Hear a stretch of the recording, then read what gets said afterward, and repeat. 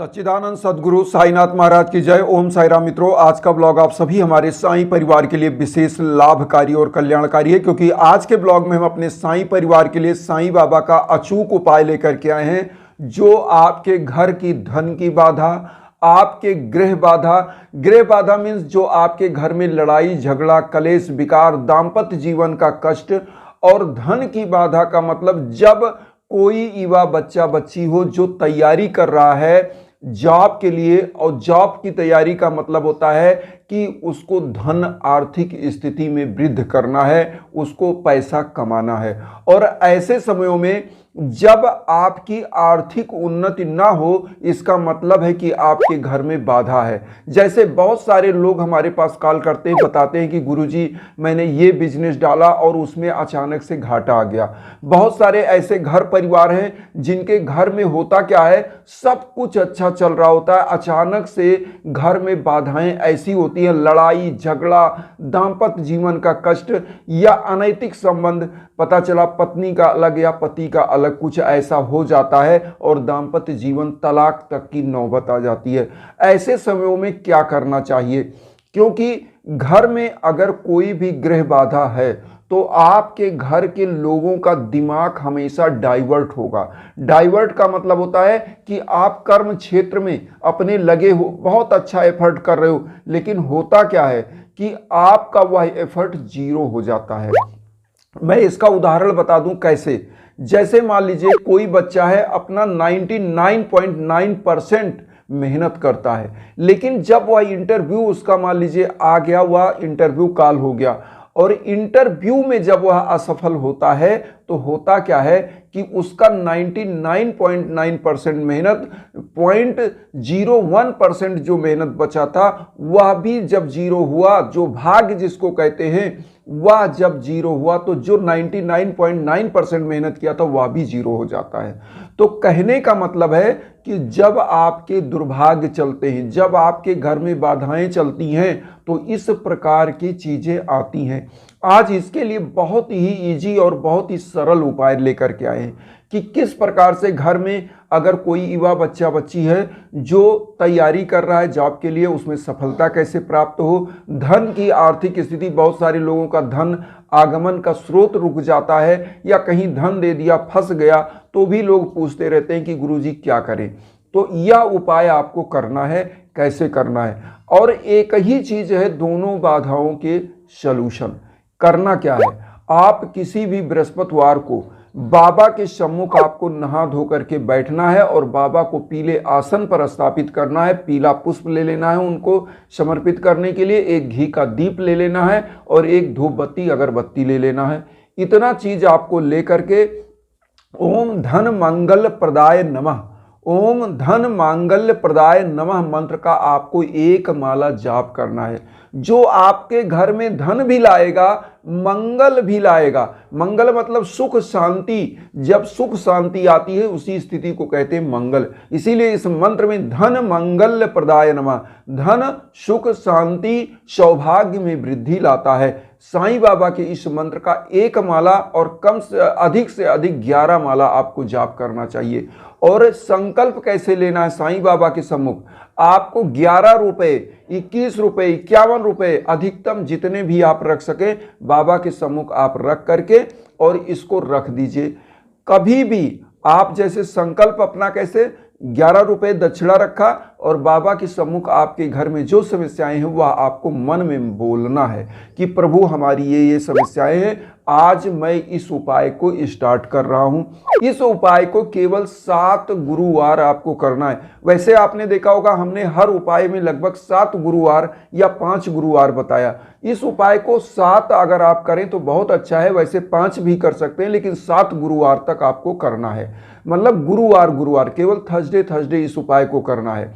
ओम धन मंगल प्रदाय नमः जो हम आपकी स्क्रीन पर वहां दे दिए, उस मंत्र को आपको जाप करना है और उसके बाद साईं बाबा के सम्मुख पीला पुष्प अर्पित करिए संकल्प लेते हुए। 11 रुपए आप अर्पित करिए और जो एक दीप आप जलाते हैं बाबा के सम्मुख, उसी दीप से बाबा की आरती करिए। पूरे घर में एक लोटा जल बाबा के सम्मुख रखिए और पूरे घर में आप इस लोटे के जल को छिड़किए, इस दीप को दिखा दीजिए, इससे आपके घर की गृह बाधा, वास्तु दोष भी समाप्त होगा। मैं आपको बता रहा हूं वास्तु दोष समाप्त होगा।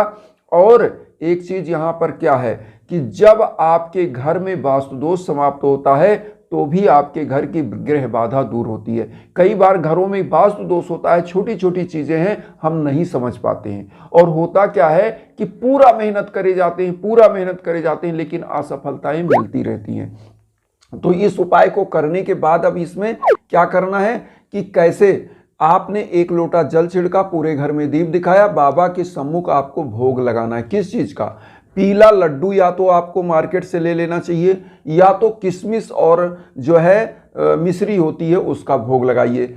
इसको लगा करके अपने घर परिवार में दीजिए, कुछ और बाहरी लोगों उनको दीजिए, लेकिन घर परिवार को सभी को खिलाइए, क्योंकि यह उपाय अपने घर परिवार के लिए ही आप कर रहे हैं कि उनका सौभाग्य में वृद्धि हो, उनका भाग्य अच्छा चले, उनके घर का दुर्भाग्य दूर हो, उनके घर की गृह बाधा दूर हो। तो पूरे परिवार को तो जरूर देना है। और 7वें गुरुवार आपको क्या करना है, आप ध्यान से दीजिएगा। जो 11 रुपए का आपने रखा है इसको अपनी तिजोरी में आप रख दीजिएगा। 11 रुपए अपनी तिजोरी में रख दीजिएगा। और इसी के समय 7वें गुरुवार को ही आपको करना क्या है, आपको किसी साईं मंदिर जाकर के बाबा का जो सबसे प्रिय आहार था वह खिचड़ी था। अगर खिचड़ी बना करके किसी मंदिर के सामने 10, 20, 5 जितने भी गरीब हों उनको थोड़ा थोड़ा दोने में, पत्तल में आप उनको बांट दीजिए, थोड़ा थोड़ा। वह केवल प्रसाद ले लें, और प्रसाद लेने के बाद आप हो सके तो कुछ फल भी दे दीजिए, जैसे केला है या सीजनल फल जो भी आपको मिलता है वह बांट दीजिए। ओम साई राम कहते हुए यह चीज़ आपको देना है। और मैं आपको बता रहा हूं क्योंकि बाबा ने अपने 11 वचन में एक चीज और कहा है कि मुझे सदा जीवित ही जानो, अनुभव करो सत्य पहचानो। और बाबा का 11 वचन जरूर आप इस उपाय को करें। जब आप सुबह उठें तो 11 वचन बोल करके अपने हाथ को ऐसे मल के अपने चेहरे पर लगाएं और साईं बाबा का ध्यान करिए, शिरडी का। तब आप बिस्तर से उठिए, जब सोने जाएं तब भी 11 वचन पढ़िए। एक बार मैं 11 वचन आप लोगों को बोल के बता दूं।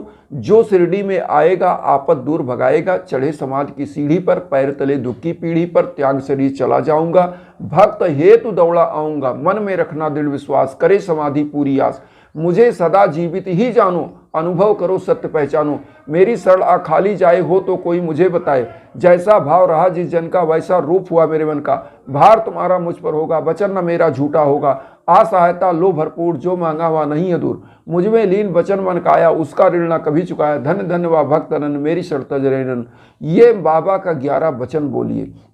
और एक चीज और हम यहाँ बताना चाहेंगे कि इन उपायों को तो करना ही करना है, लेकिन 11 वचन को श्रद्धा के साथ आप पढ़िए, डेली पढ़िए, कहीं भी रहिए, कोई कष्ट आए तो जरूर पढ़िए। मेरा दावा है कि बाबा निश्चित आपकी मनोकामनाओं को सुनते हैं, उसको पूरी करते हैं, क्योंकि इस कलयुग में एकमात्र ऐसे साईं गुरु हैं जिनके भक्तों की भी संख्या बढ़ रही है और दिन रात बढ़ रही है। मैं ये भी बता दूं, क्योंकि बाबा भक्तों की मनोकामनाओं को पूरी करते हैं और सुनते हैं साक्षात। तो बाबा का श्रद्धा के साथ यह उपाय करें। केवल छोटा सा मंत्र है, ओम धन मंगल प्रदाय नमः। इसी मंत्र का आपको जाप करना है और श्रद्धा के साथ गरीबों को दान करना है। और कर्म से कभी पीछे नहीं हटना है, ये भी ध्यान दीजिए। कर्म करते हुए धर्म का साथ लेकर के आगे बढ़ेंगे तो कभी किसी क्षेत्र में आप पीछे नहीं जाएंगे, या बाबा खुद शपथ पूर्वक अपने 11 वचन में कहते हैं। तो इसलिए मैं यही कहता हूं कि आप लोग, एक चीज और कहूंगा कि जब भी जीवन में भीषण कष्ट आए तो आप यज्ञ याजन के लिए हमारे इंस्टाग्राम पर संपर्क करें। हम इसीलिए इंस्टाग्राम का लिंक देते हैं। कोई जगह आपको भटकना नहीं है, किसी प्रकार की कोई दिक्कत नहीं, समस्याएं आपको मन में नहीं लेना है। तो इसलिए आपको इंस्टाग्राम पर संपर्क करिए। निश्चित रूप से आपके लिए जो भी हम कर सकते हैं उसके लिए तत्पर होते हैं। इन्हीं भावनाओं के साथ हम एक चीज़ कहेंगे कि आप लोग वसुधैव कुटुंबकम की भावना में मेरा साथ दीजिए और चैनल को सब्सक्राइब करके अपना आशीर्वाद दीजिए। उन साई परिवार तक वीडियो को जरूर शेयर करिए जो किन्हीं कारणों से कष्ट में, दुख में। इसी भावना के साथ ओम साई राम।